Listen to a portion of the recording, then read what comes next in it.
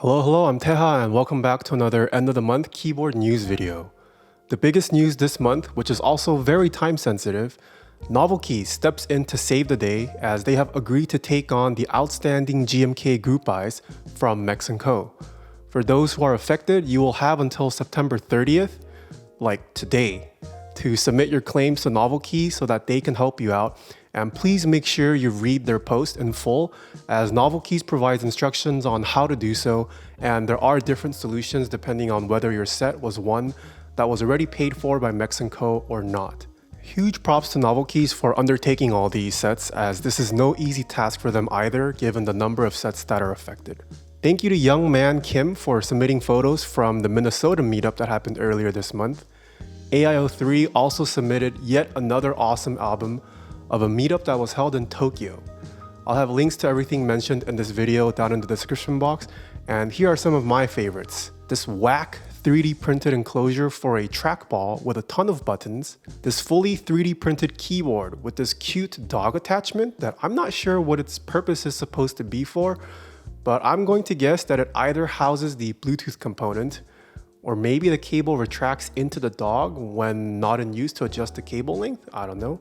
This very cute and clever way to incorporate a macro pad with a knob as a desk ornament. But coolest of all was this 3D printed keyboard enclosure that takes optical quite literally, as it houses a camera internally that visually detects when stems are pressed and translates them to key codes. As for meetups happening next month in October, we have several, as there will be one in Arlington, Virginia, Detroit, Michigan, Nashville, Tennessee, Lisboa, Portugal, and at UC San Diego, which I will also be attending, so hope to see all you UCSD college students then.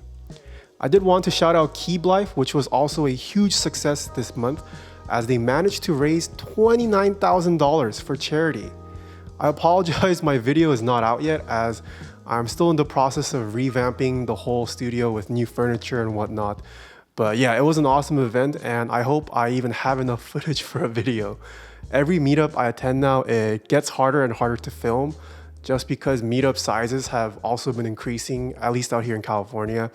And that also means more people coming up to me to chat and whatnot, which is great. I'm not complaining at all. I do appreciate and love when viewers approach me.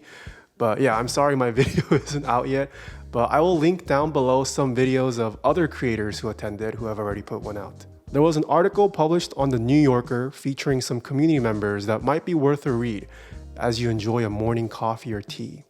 It's always interesting to see how someone who isn't as deep into the hobby describes us keyboard nerds. The Bauer Lite appears to be ahead of schedule currently, so good news for those who have been waiting.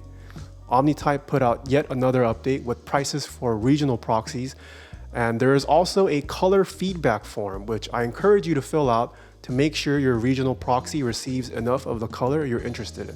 Now, before we get to the developments with the Noxary and Project Keyboard exit scams, a word from today's sponsor, Divinity. Divinity is a one-stop shop for all of your custom mechanical keyboard needs. Based in Los Angeles, California, Divinity provides extremely fast shipping, industry-leading customer support, and one of the widest product catalogs for in-stock products in the market, featuring popular brands like Gateron, PBT Fans, Keychron, and most recently, they've launched their very own in-house brand, FishFish. While FishFish will eventually cover a wide array of keyboard-related products, they are first initially launching with a leather keyboard mat, available for 60%, 65%, 75%, and TKLs, which is awesome to see given that leather accessories aren't really readily available on most keyboard vendor sites currently.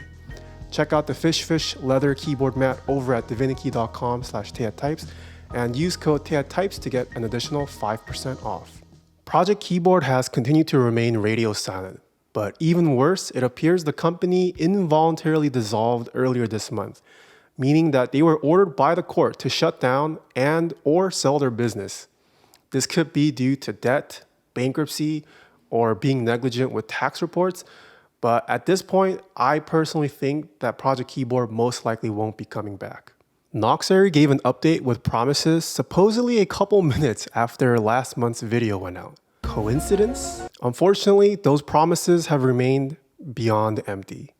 J of Prototypist reached out to Zondat to offer picking up on fulfillment multiple times, but received 0 responses. He quite literally had a van ready to go to pick up the supposedly made Noxary products, which he still hasn't provided a picture for, by the way, during his business trips that were close in proximity to where Zondat lives. If you'd like to read the entire saga, check out the archive community member Alex D has been collecting. And there is also now a Noxary support group Discord server for people still trying to seek justice and report fraud. If you are affected and would like all the material you can get to win your chargeback case, if maybe, consider joining the support group. The only positive from all this is this goldmine of a copy pasta. It's not Zondat's fault. He has mental health issues. He was recently diagnosed with group-itis.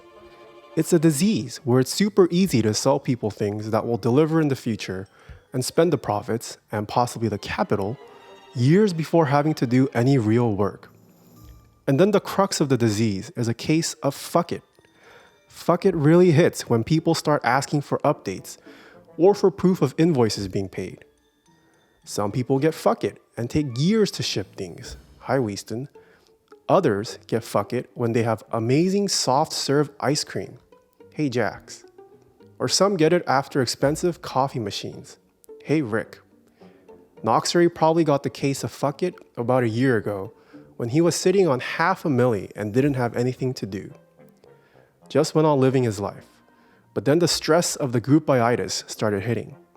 And now it's vicious victims like you that are putting him in such a stressful situation where you expect something for your money.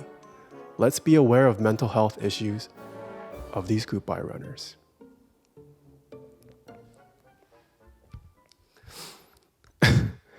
And finally, the moderators of several platforms and many vendors have come together and drafted an initial version of a trust and safety system for keyset and keyboard vendors. For those who haven't seen the video where I had the pleasure of chatting with Mr. R. Mendes, please do check it out, as this trust and safety system is basically the result of what we talked about in that video. I was able to read and give my thoughts on the initial draft, but unfortunately cannot share it yet. But they are in the final rounds of vendor feedback and should be available to the general community soon.